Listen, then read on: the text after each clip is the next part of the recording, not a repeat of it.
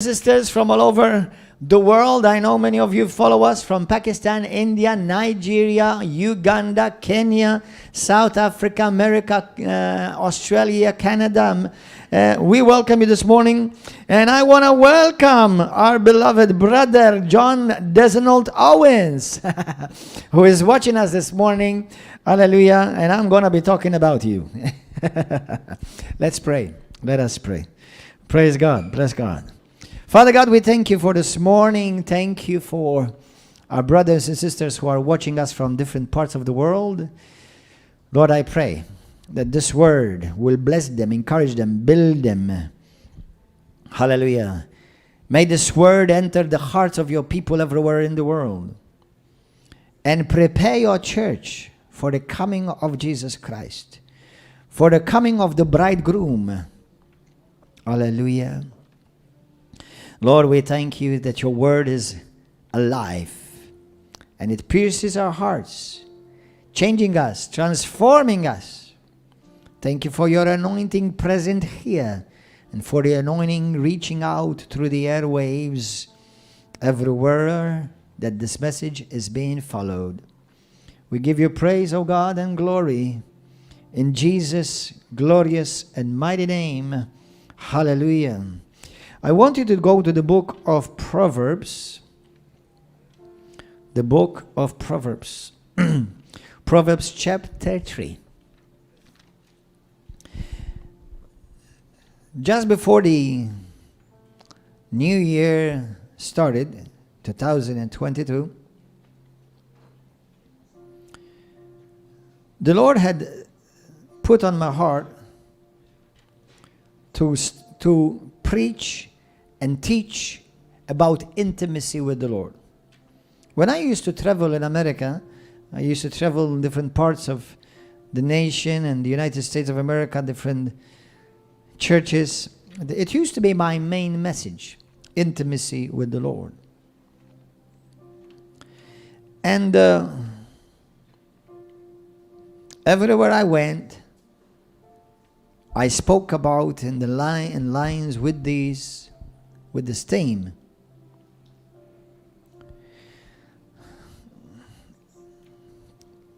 A few days ago, before the new year began, the Lord started ministering to me that He wants His people to be prepared for the marriage of the Lamb. Book of Proverbs, chapter 3. I'm going to read it in the New American Standard, and then I'm going to read it in the Passion Translation. Proverbs 3.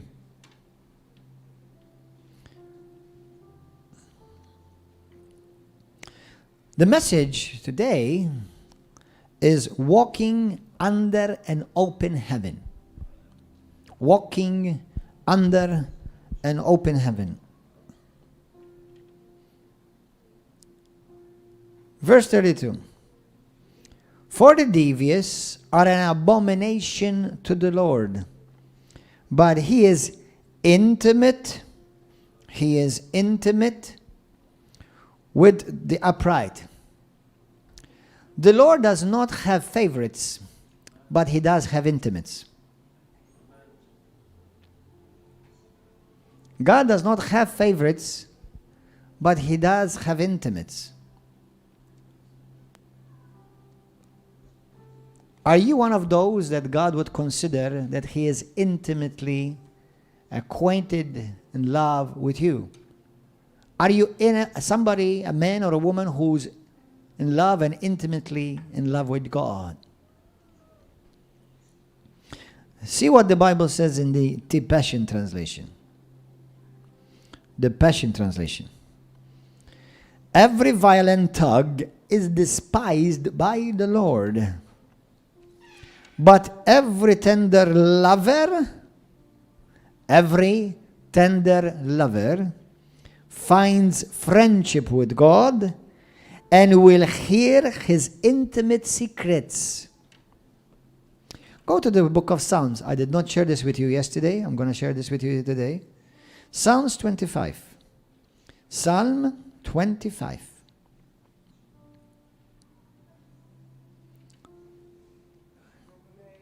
verse 14. In the New American Standard, it says this.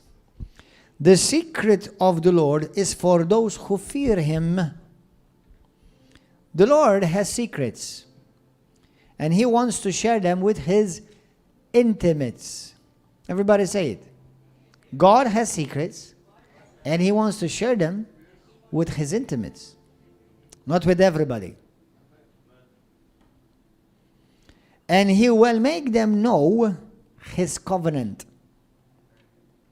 He will make them know His covenant.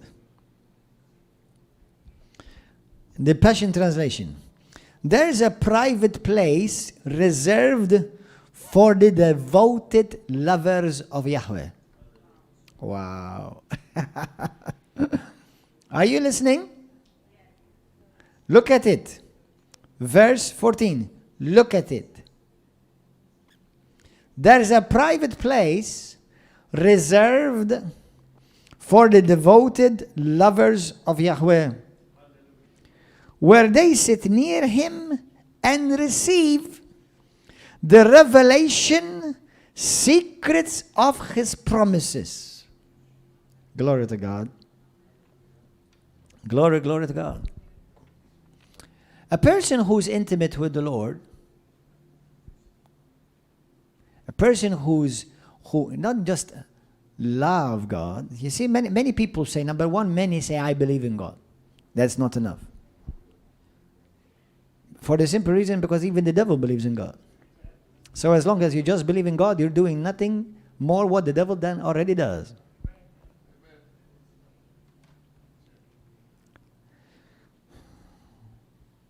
Some say they love God, and obviously, even that, although many people they say love Him, we know that they don't. But then there is a group who are intimate, who they are in love with God. They're in love with Jesus. When you are in love with Jesus, when you are intimate with God, what offends God offends you. What bothers God bothers you. What grieves God grieves you. And whatever grieves and whoever gets hurt by somebody, it hurts God. When they attack you, they attack Jesus. In the book of Acts, chapter 9, when Jesus appeared to Saul, on the road to Damascus,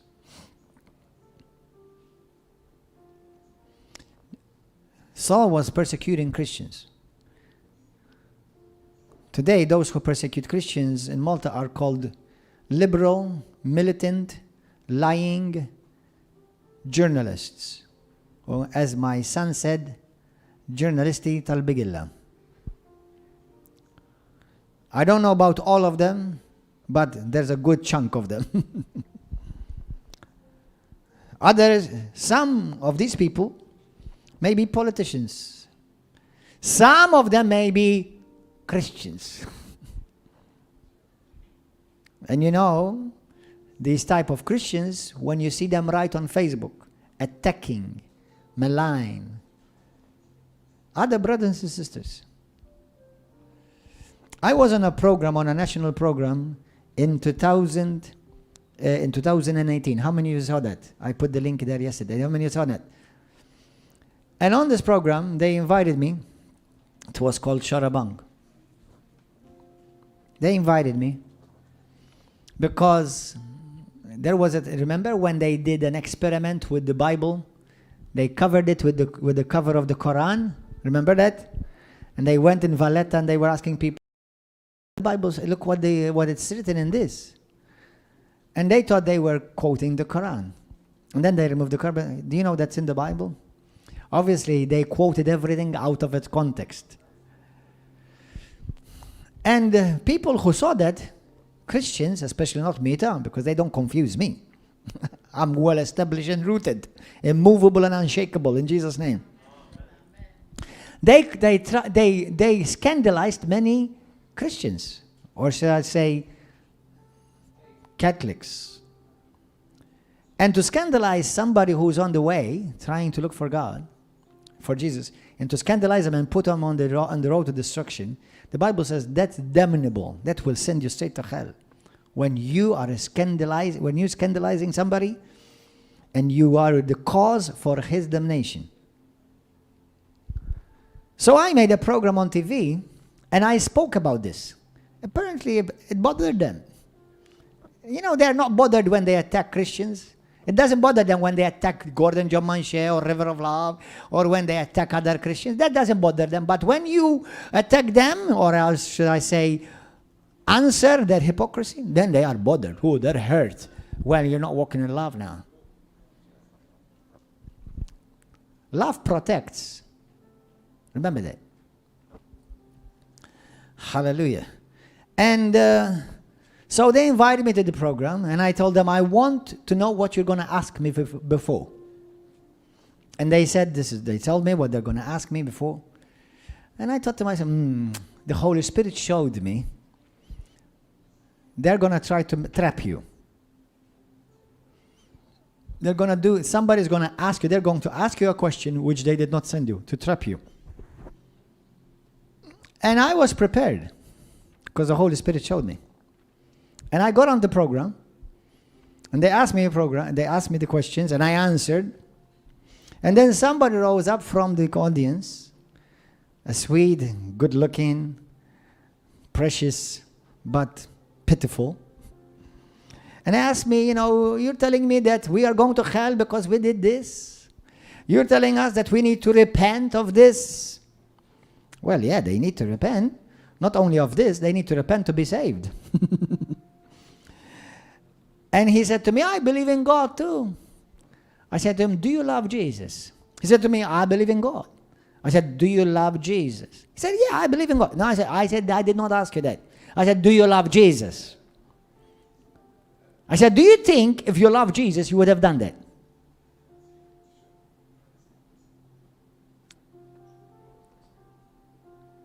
No. So when you love God, when you truly, truly love God, you love what God loves. And you hate what God hates. Amen? That's how you can know for sure that you truly love God. Some of you, you say that you love God, but you do things constantly, things which God hates. Are you sure you love God? I'm about to stretch some of you. How many of you want to grow in the Lord? How many of you want to mature in the Lord? Stop doing things which God hates. 1, Jesus does not like smoking. Jesus does not like drugs. Jesus does not like watching pornography. Jesus would not come to his Father's house an hour late.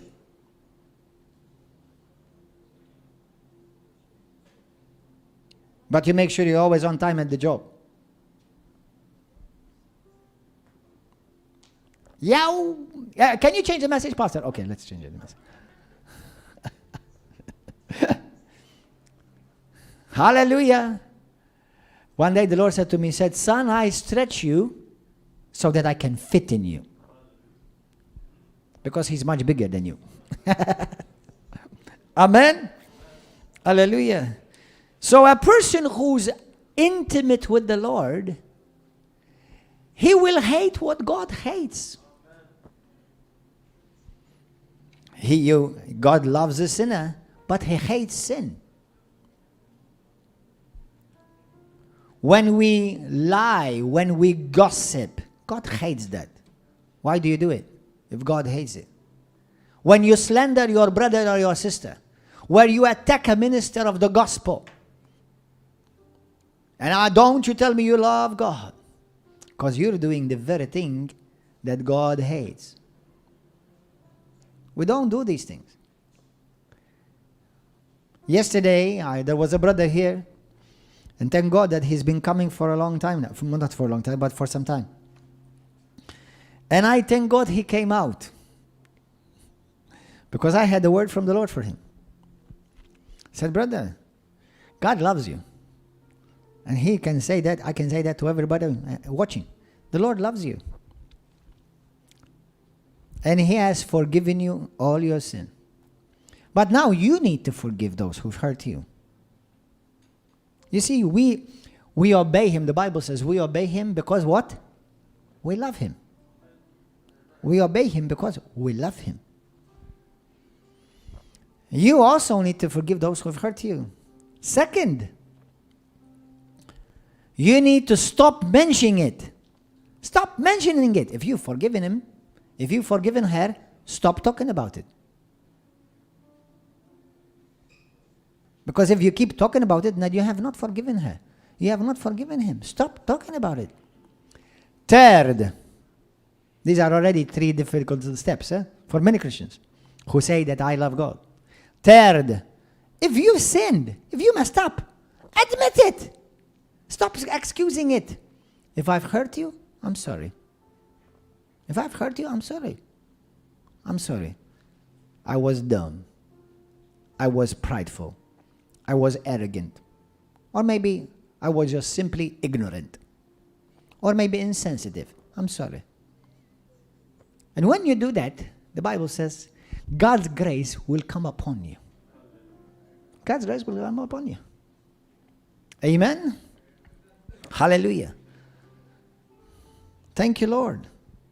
Remember, I spoke about it last week, and I'm going to continue it today. One day you and I are going to see God's face. 2 Chronicles chapter 7:14, that's what it says. Many people forget that. If my people are called by my name, will humble themselves, pray, and seek my face. The name of the Lord wants you to seek his face, but I talked about it last week. Hallelujah. And there's only one group of people who will see God's face. Those who are intimate with him. Amen? Hallelujah. I want to tell you a story today, because I want to share with you, this is a true story that happened to me while I was living in America, in the United States of America. You know, I was a ballet dancer. I was a professional ballet dancer. Not belly dancer, ballet dancer. Some of you can do great belly dancers, but I was a ballet dancer. Hallelujah. Thank you, Lord. Anyway, when I was traveling, it was in 1999. I had just started going to Bible college, Rhema. And for the Christmas holidays, we had about 2 weeks or 3 weeks of Christmas holidays. But since it was 1999, it was the end, not just the end of the year, but it was the end of a century. None of you are going to see another end of another century. How many of you are going to see the end of the next century? Amen. So you're going to have to... Hallelujah. Maybe some of the young people may be able to see. I don't know. I mean, I don't know. For me to see the other end of the century, I will be what? How much? Wow. Well, 100. Well, you could do that. More than that. Of course, more than that. Yeah, 127. Well, that will be still very young. Compared to the youngest person in the Bible, that died, before the flood, right? No, after the flood. He was Enoch. He died very young, 365 years. Because all the others died after 800, 900, right? And so anyway, but so I was in Oklahoma. I was living in Tulsa, Oklahoma during that time. I had a friend of mine, and he told me, come and preach for us and do revival meetings in, I'm not sure if it was North or South Carolina. I forgot. Myrtle Beach. I don't know if anybody knows where Myrtle Beach is. I think it's in South Carolina, Right here, yeah, just around the corner. And I went and I was going there to preach. I did eventually make it. But on my way there, now obviously, if we look at let's imagine the map of America, okay? Let's look at it this way. So you've got here California on the side, West Coast. You've got the East Coast here, North, South Carolina. In the middle, somewhere around the middle, about towards to the top, you've got Indiana, the state of Indiana in Indianapolis. Now, I was traveling from Oklahoma. Sorry, Oklahoma's in the middle. Indiana is more about like this. And I was traveling with Greyhound bus. Back then, I didn't take trains or didn't have my own car. I used to travel by Greyhound buses. And I was traveling, and on my way there was a snowstorm. This really happened. This really happened. There was a snowstorm, and the trains stopped operating, the buses stopped operating, so I was stuck in the middle. And the aeroplanes for a couple of days, 3 days, did not work because there was a terrible snowstorm towards that area. And I was stranded on the bus. And I said to the Lord, Lord, what do you want me to do now? Because they called me from the East Coast. They said to me, we had to cancel everything, so if you come, it's for nothing anyway. And plus, I couldn't go anywhere because the bus was stranded as well. And I asked the Lord at that time, I said, Lord, what do you want me to do now? It's Christmas, I have nowhere to go. He said to me, I want you to go to Indianapolis. Indianapolis was about midway between Oklahoma and East Coast. And the Lord said to me, because I have opened the door for you in Indianapolis. Now I thought, because I forgot to say, I mentioned this yesterday, when the Lord said that to me in my spirit, I thought he was referring to some type of door for ministry to preach. It was a different type of door. And so I called my brother, who is right now watching. His name is John Desinald Owens. And I called him, I said, hey brother, I'm going to come over. Do you think I can stay with you? And obviously, a mighty man of God, precious brother, God greatly used him to influence my life because he's a man of great intimacy with the Lord. And I want to thank you, brother, if you're watching this. And I know you are. I want to thank you and love you, appreciate you. You have no idea how much God has used you to impact my life. And I'm forever grateful. And while I was in Indianapolis, Brother John believed in Genesis chapter 1 from verse 26 to 28, where the Lord says, go and multiply, because he has 7 kids. And now his kids have many other kids. So, you know, he's overpopulating Indianapolis. Hallelujah, praise God. So while I was there, because they were all involved with different types of programs with church, some of them were singers, dancers.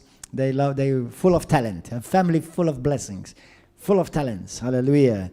I remember Judah, Ephraim, John, Mary, Grace. There are 2 more, I forgot. Judah. I forgot the other 2. But those are 5 of the kids. Hallelujah. I'm sorry, guys. I know you won't be offended. Love you. And anyway, I was there, and it was towards the end of the year, obviously, the last day of the year. It was the last day of the year, 1999. And it was cold. It was very cold. Man, Indianapolis gets cold. About minus, it used to be when I was there, minus 30, minus 40. It's crazy. And he said to me, we're going to go out for a New Year's celebration. My son is going to do something, sing or something in it. And I remember I had already told the Lord, I had already promised the Lord during that time, that I wanted to exit the last millennium that I will ever see on this earth. And this year, 1999, I want to exit it being just with him, being with him, on my knees, worshiping the Lord, loving on Jesus. And I wanted to enter the new year, but also a new millennium with the Lord. So I said, brother, I said, no, I'm not going to come. I'm just going to stay by myself. So they let me stay in their house. And they were very gracious and very hospitable. And they loved on me. Hallelujah. And I stayed in the room by myself, praying, worshiping God. And in one moment, I was reading the Bible. I was on my knees on the floor. And I was worshiping, just loving on Jesus. You know, brothers and sisters, worshippers, another word for worshippers is lovers. That's why God is saying, he said, listen, for such as these, my Father is searching. What is he searching for? Religious people? No. He's looking for evangelists? No. He's looking for pastors? No. He's looking for worshippers. John 4:23 and 24. That's what the Father desires, worshippers. And what are worshippers? Somebody who sings a nice, slow song? No. A worshipper is somebody who loves God passionately. And the world will not understand this. So I was praying in tongues. Hallelujah. You know, recently they grabbed a piece of a video from the church while I was praying in tongues and they pasted it all over the internet. How many of you have seen that? How many of you have seen that? Praise God. The Bible says, listen, people don't understand. Mark 16, from verse 15 through 20. What does the Bible says? These signs shall follow all those who believe. They will cast out demons, they will speak with new tongues. So tongues is a sign. 1 Corinthians 14, verse 22. Tongues is a sign for the unbelievers. So all of you who saw that video and you mocked the Holy Spirit, you missed it. That was a sign. May God have mercy on you. That was a sign. Speaking of tongues is a sign to the world. It's one of the supernatural signs. When you see somebody speaking in tongues, don't mock it. Unless you put yourself in danger of sinning the sin that will never be forgiven you. You put yourself in danger for that. That's a sign for the world. But anyway, and I was praying in tongues, and all of a sudden the Holy Spirit gave me interpretation. The Bible says in 1 Corinthians chapter 14 that one of the signs of a tongue, because there are varieties of tongues, the Bible says, 1 Corinthians chapter 12, from verse 4 through 11, it says there are kinds of tongues, various kinds of tongues. One of them is also to interpret that tongue. So as I interpreted that tongue, this is what I heard the Lord say to me, very clearly. Listen carefully. He said, son, a time is coming when many of my people, and it will depend from my people, not from God, when many, or should I say some, of my people will enter the Holy of Holies and they will stay there. How many of you don't understand what is the Holy of Holies? How many of you understand what is the Holy of Holies? Holy of Holies is a place. Well, actually, God is the Holy of Holies. Jesus is the Holy of Holies. Okay, but in the temple of the Old Testament, which Bible talks about and explains more about it in the book of Hebrews 7, 8, and 9, and 10, the temple was divided in three. The courts, the outer courts, the inner courts, or else the inner courts, the holy place, and the most holy. And the most holy was the place where the high priest will have a face-to-face encounter with God. Okay? Now, the Lord said to me this, in the last days, and days are coming, an hour is coming, where some of my people will enter the Holy of Holies and stay. And the Lord ministered to me, he said to me, how many of his people, they will go in and they will leave. Go in and leave. But the Holy of Holies was made to enter once. The Holy of Holies is a place where it was made for you and I to enter once. Did you know that every building has at least two doors? An entrance and an exit.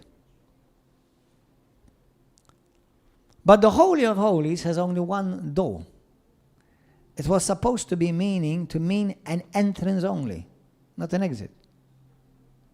This is what the Lord ministered to me. The Holy of Holies is a place where you enter once and stay. He who dwells in the secret place, who dwells in the secret place, who dwells in the secret place of the Most High God. He who abides in the shelter of the Almighty. Dwells and abides, not visits. Dwells and abides, remain, not visit. So the person who abides, the person who's intimate with the Lord, he will walk under an open heaven. The people who do not walk in intimacy with the Lord, and excuse me, I forgot to say this in the very beginning. This message is not for everyone. This message is for people of God only. It's not for sinners. It's not for the world. In the mighty name of Jesus Christ, I rebuke that.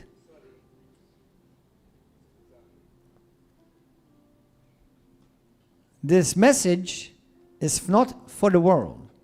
This message is for people who love God. For Christians only. Whether you are Roman Catholic, Protestant, Orthodox, Pentecostal, Baptist, Evangelical, whatever, charismatic, this message, if you love Jesus, is for you. It's not for everybody. I know everybody can listen to it. Everybody can hear it. But it's not for everybody. It's only for people who love God. And even better, for lovers of God. So I know everybody can see it because it's played and it's shown on public platforms. But it's a message for those who want to be prepared to meet the Lord. In the book of Matthew chapter 25, Jesus himself speaks about the 10 virgins, representing the church. 10. All 10 were expecting the coming of the Lord. All 10 were waiting for the bridegroom to come. Only 5 entered in. Those who were filled, constantly filled, hungering and eager for him. They did not waste their time. Are you listening? The 10 that entered did not waste their time. The 10 that entered were not mocking the things of God.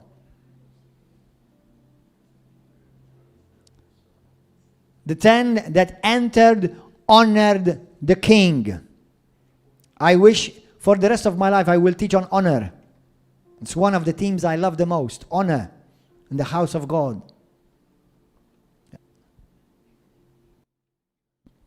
I have messages on honor. They're on YouTube. You can go watch them. And if you watch them, apply them. Lord. And the Lord said to me how some of his people will enter that place. And because they walk in intimacy with the Lord, they walk on open heaven. Under open heaven. There is no struggle in their life of prayer. Because they're in constant communion. Do you know Jesus does not want you to talk with him and then say bye? No, he wants to be in constant communion with you. In constant communion, in constant fellowship. You mean you want me to come to church all the time? No, you haven't understood anything. Be one constantly and live in his awareness. You're constantly aware of him. You're constantly in communication with him. Your ears are constantly inclined to his voice. Because you are one with him. Remember, the Bible says, in him we live. In him we move. In him we have our being. There is never a true Christian that is ever out of him. We're constantly in him. But we forget. And because we start compromising, then we no longer walk under an open heaven. then heaven is shut. So, people who will make a difference and a transformation and will write history are people who are one with God because they're intimate with Him. Are you an intimate lover of God? Are you in love with Jesus? If you're not, then tell Him, Lord, make me a lover. Make me a lover of Jesus. Hallelujah. The Holy of Holies has only one door. And remember, in the book of Hebrews chapter 8, verse 1 through 5, and Hebrews chapter 10, verse 1 as well, it talks about how the Old Testament, even in the book of Colossians chapter 2, verse 16 and 17, he says that how the Old Covenant, the Old Testament is a shadow for us. But we are no longer in the shadow, right? We are now in the light. Amen? Now listen to this. When a man and a woman meet, normally the first thing they do is they get acquainted with each other. They start liking each other. They want to hang out with each other. Then they start loving each other. But then there will come a point when they are in love with each other. In love. You see, I love you, but I'm not in love with you. But I don't just love Jesus, I'm in love with Jesus. The world cannot understand this. And the reason why the world cannot understand this, because this is not a message for the world. This is a message for people of God, lovers of God. Amen? For those who are on the outside, go and read what God says about you. Mark chapter 4 and Matthew chapter 7, verse 6. And for curiosity's sake, go and read it. Because that's what Jesus says you are, unless you're on the inside. So this message is not for everybody. This message is for lovers of God. The Bible says in the last days, many will be lovers of self instead of lovers of God. Some Christians are still struggling between self and God.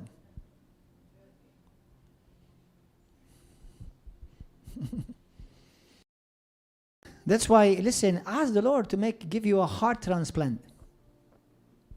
Ask Him. Say, Lord, give me a new heart. Give me a heart that beats with the same rhythm of your heart. Seriously. Don't just leave this place and say, well, wasn't that a beautiful message? Seriously, ask God. Do it now. Do it now. Close your eyes. Ask Him. Say, Lord, give me a heart after you. Give me a heart that beats with the same rhythm of your heartbeat.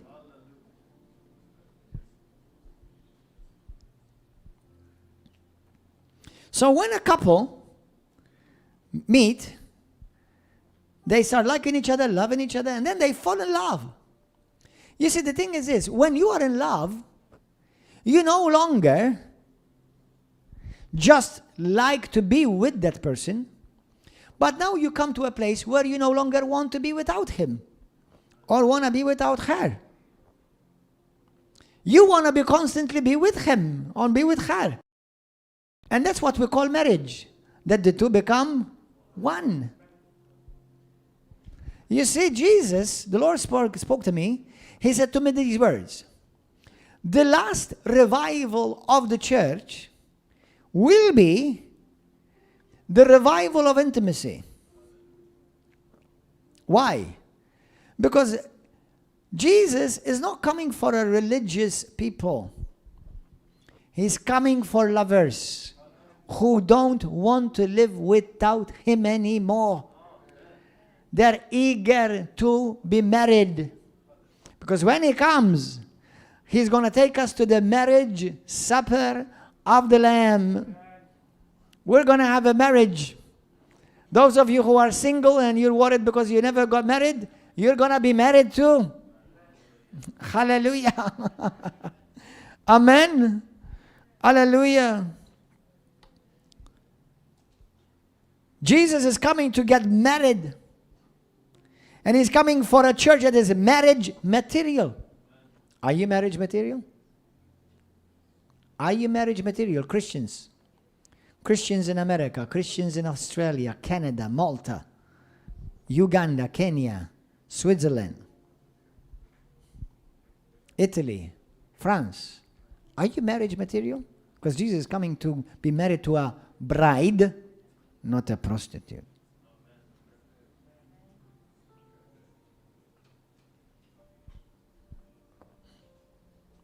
Amen? You know, when you walk under heaven that is open, do you know that you don't struggle to pray? To be honest, now try to understand what I'm about to say. You actually don't pray. Why? Because why would you need to, quote, end quote, pray when you're in constant communion?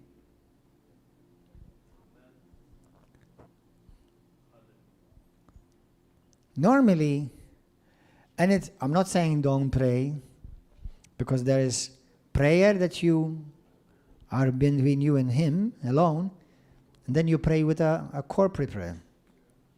And right now our church is going through 21 days of corporate prayer, praying in the church and fasting and having communion. 21 days. Some of you did not miss one of those days. Tonight we'll be praying here again. Hallelujah. I know it's a sacrifice. But you see, the thing is, it's a very small price to pay for the one whom you're supposed to love. Amen? Hallelujah. Go to the book of Hebrews 9. Is the Lord speaking to you? What is he looking for? It means lovers, lovers of God. Thank you, Lord.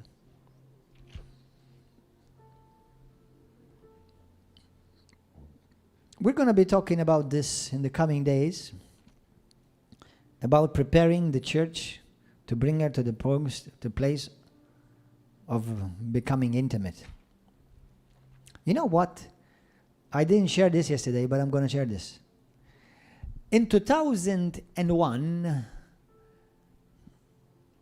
I took a team of 9 other, I was the 10th one, 9 other leaders to India. 9 pastors, evangelists. I took them to a 6-week trip to India. Today, all these ministers are in full-time ministry that I know of.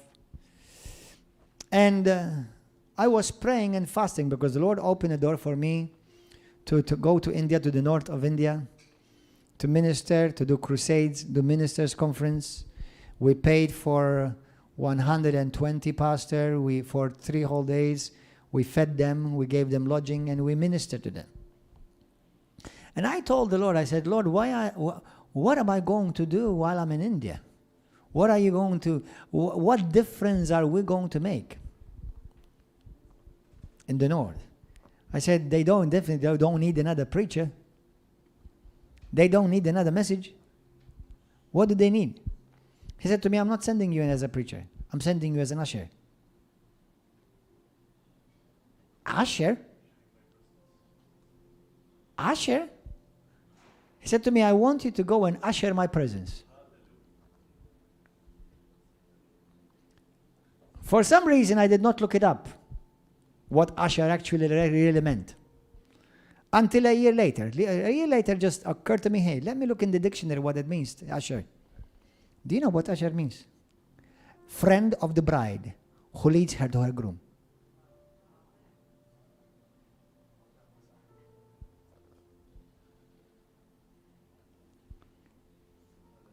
Do you know what we're supposed to be? Ushers. Those of you who are ushers, Now you see what an important job you have in the church. But we are supposed to usher His presence.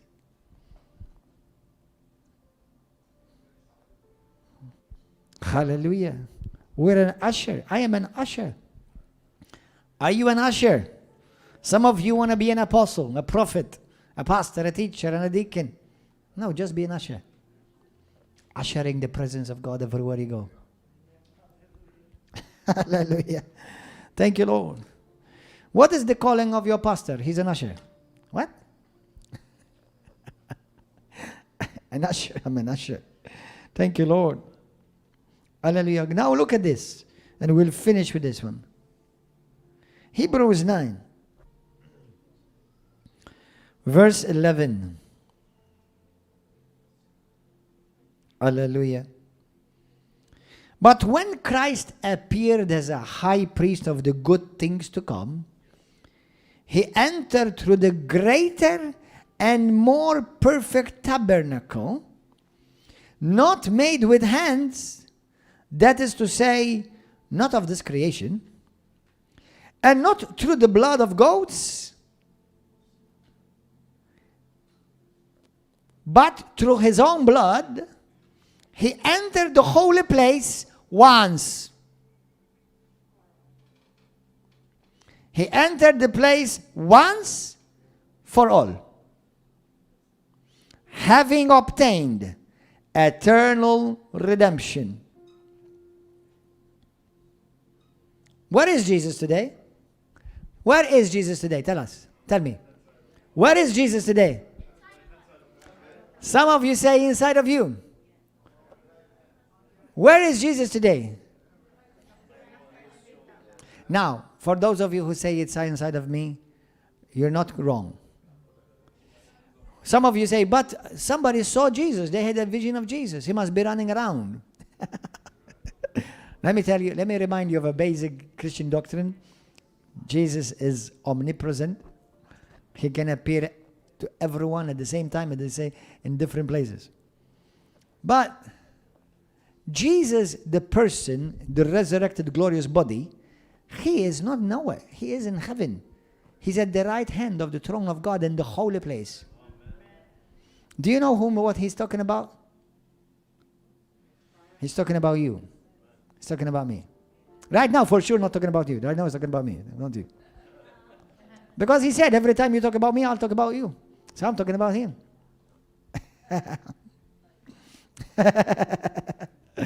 Amen. If you talk to me about me in front of men, I will talk about you with my Father. Hallelujah. Thank you, Lord. Now listen, Jesus is coming back. Where is He coming back from? From where? From where? From where? From where? No! Of course He's in heaven. He's coming from the Holy of Holies. He has entered there once. He has not come out yet. But when He comes out, what did Jesus say? I'm going to go to Father, and I'm going to prepare you a place. He's coming from the Holy of Holies, and He's coming to get a bride. And where is He going to take her? Back to the Holy of Holies. Hallelujah. Are you marriage material?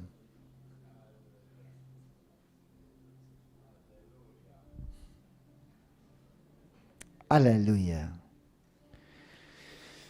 Let's pray.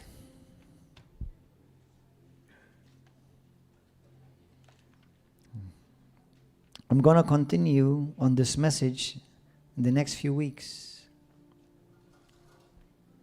Thank you, Lord. Jesus is looking for lovers. Let's bow our heads and pray. I'm assuming every one of you here is a Christian already. But some of you are hanging out so you are not entering the Holy of Holies yet. You're not marriage material yet. I'm going to be talking about that in the coming days. Some of you are doing so many compromises that some of you are going to be the ones that you clean the first step of heaven and make it very shiny.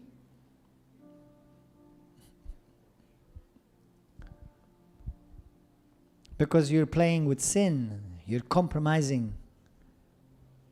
Remember, a person who truly loves, I cannot say I love God, but then I love the things which God hates. That's why this message is not for everybody.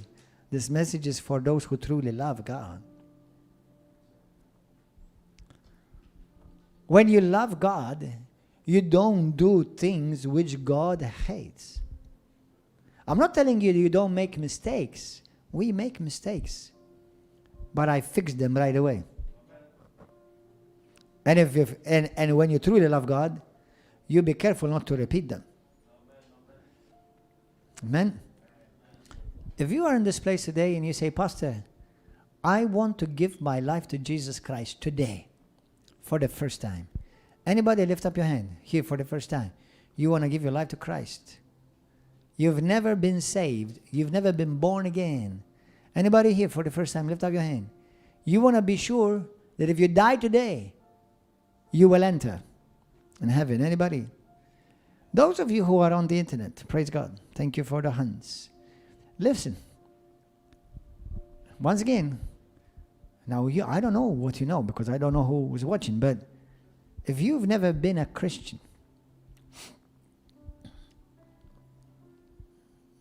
you can become a Christian, a child of God, forgiven, washed by the blood of Jesus, your name written in the Lamb's book of life, and you become from a slave and a servant, you will be called a son and a daughter. If that is you, this is your chance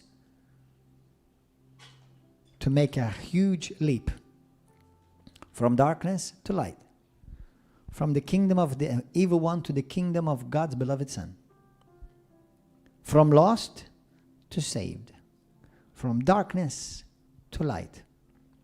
You can make the transfer right now. But you have to ask Jesus to forgive you. You repent from your sin.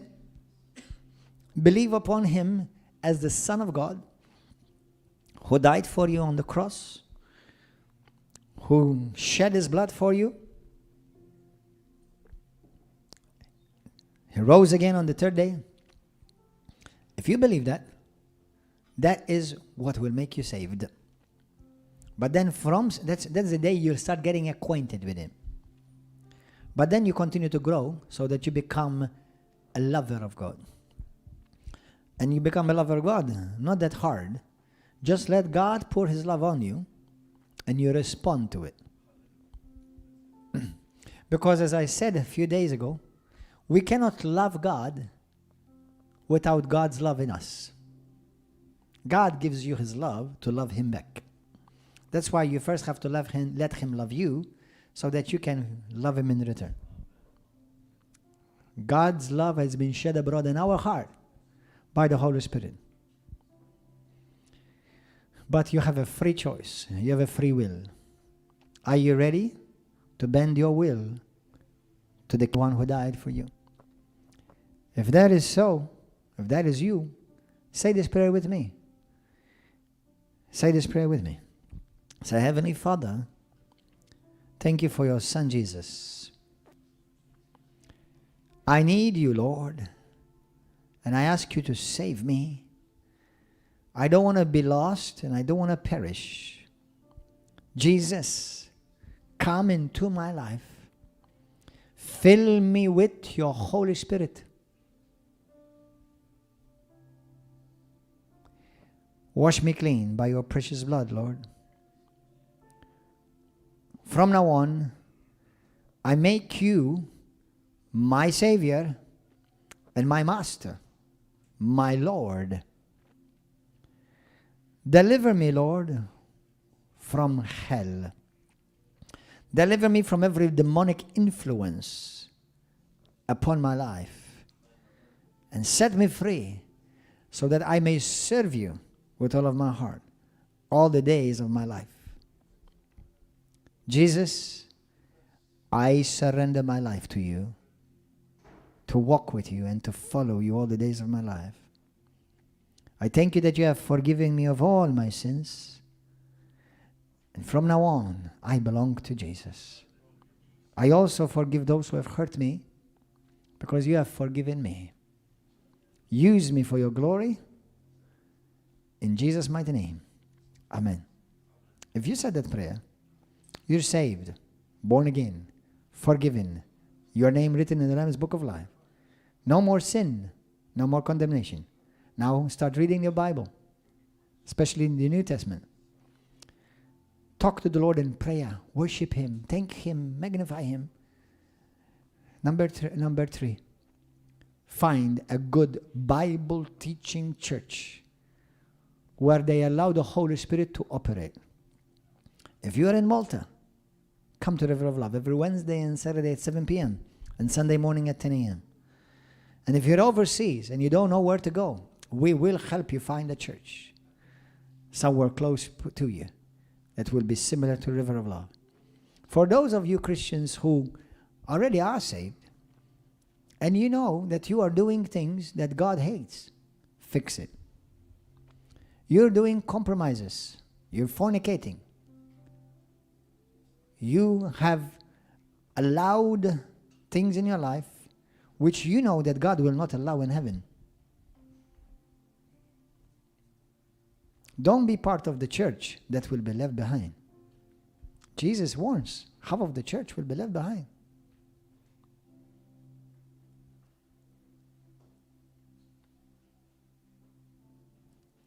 Make things right now. Ask God to forgive you. He will. And ask the Lord to give you a heart that burns for Him. Truly. You cannot give it to yourself. Only God can give it to you. Amen. Hallelujah. God bless you, brothers and sisters. Thank you for following us. Keep following this channel. Please press a like. Subscribe to the channel. Share this message with somebody. Most especially, share it with Christians that you know. God bless you.